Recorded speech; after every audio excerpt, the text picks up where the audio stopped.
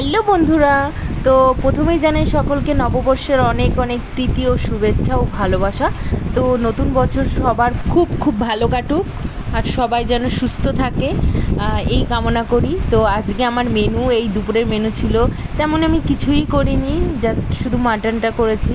অনেক দিন ধরেই বলছিল হাজব্যান্ড মাটন খাবে খাবে, তো আমি খুব একটা মাটন পছন্দ করি না, আমার চিকেনটাই বেশি ভালো লাগে। তো নতুন বছর উপলক্ষে আজকে মাটন করলাম। তো আর সাথে ছিল দু রকমের মিষ্টি, চাটনি, জামের চাটনি করেছিলাম, চাটনি পাঁপড়, ব্যাস।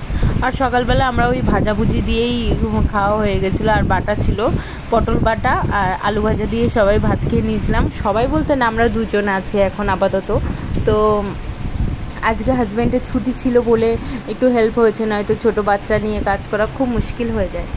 আর আমার মাটনটা আজকে এত সুন্দর গলে গেছিলো, কি বলবো। হাজব্যান্ড বলছিল খেতে নাকি দারুণ হয়েছে। তো আমি খুব একটা পছন্দ করি না মাটন।